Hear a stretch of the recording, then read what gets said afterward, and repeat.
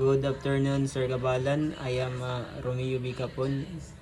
My topic is the information age, Gutenberg to social media.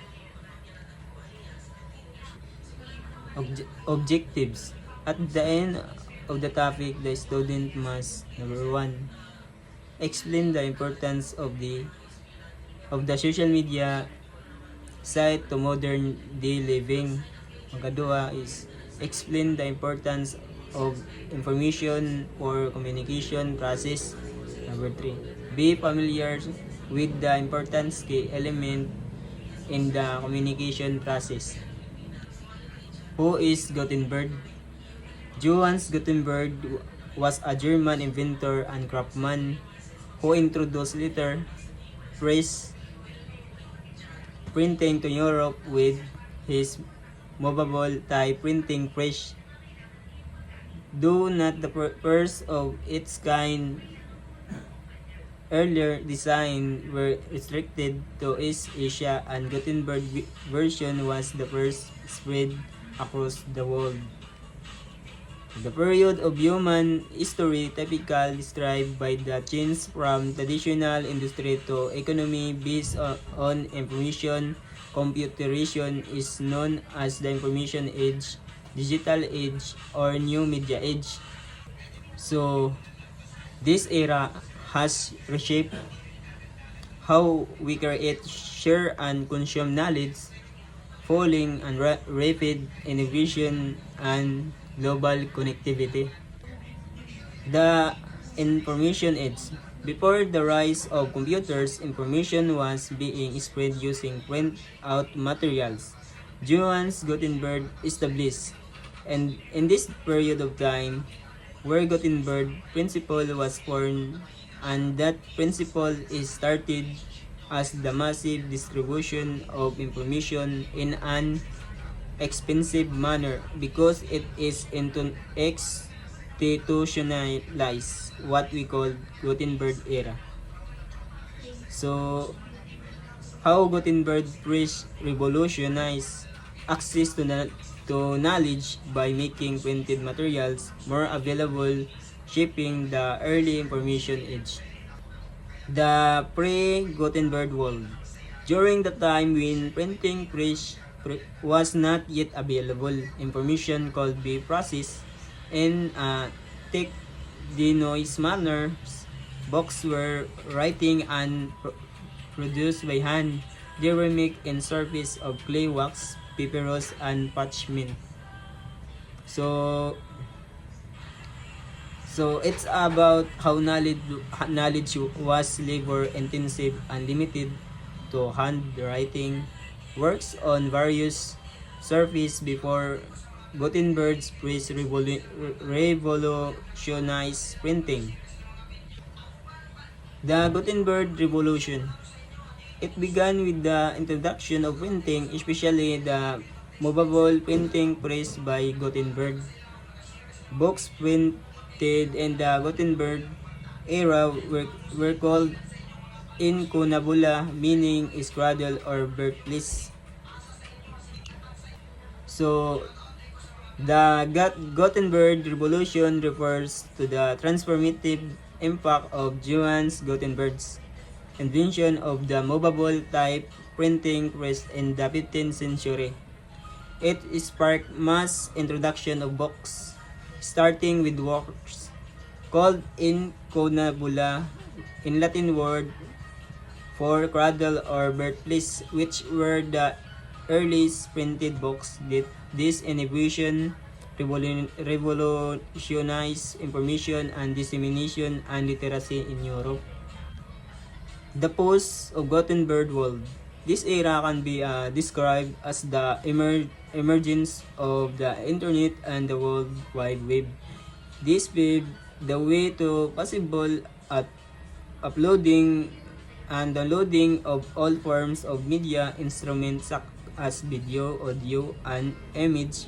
It's enable people to public or spread the information.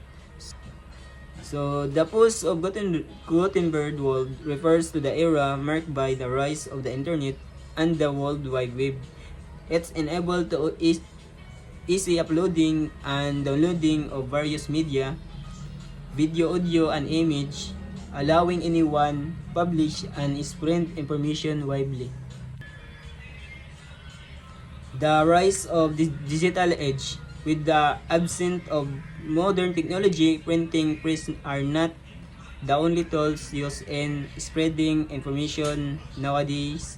Information is readily available to pass from an individual to another from her even far away place. So the rise of digital age that explain how modern technology have shifted information dissemination from relying solely on printing press to digital means, making information easily shareable from person to person, even across great distance. Computers, invented by Charles Babbage, this technology was designed for mathematical calculation and simple decision-making capabilities. Internet, developed California, US in the late of 1960s. The internet was mostly used by scientists to communicate with other scientists.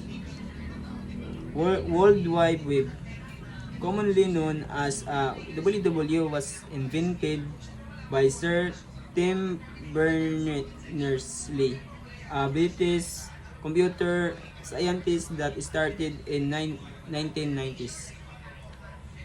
And it was basically for commercial purpose.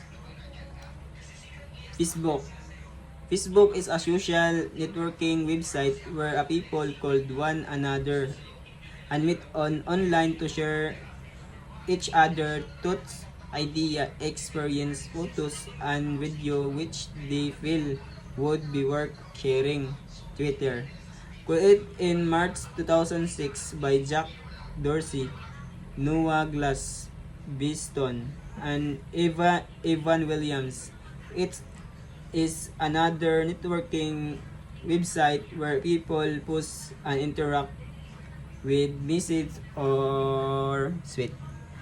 YouTube, one of the best way to watch video that can also be shared. It contain video about a enormous aspect of life through this website. Messenger, as instant messaging service and software application, they can be used to send message to other people through writing message, voice call, or video call. Google, it offers us the variety of features beyond searching for words. This may include synonyms of word,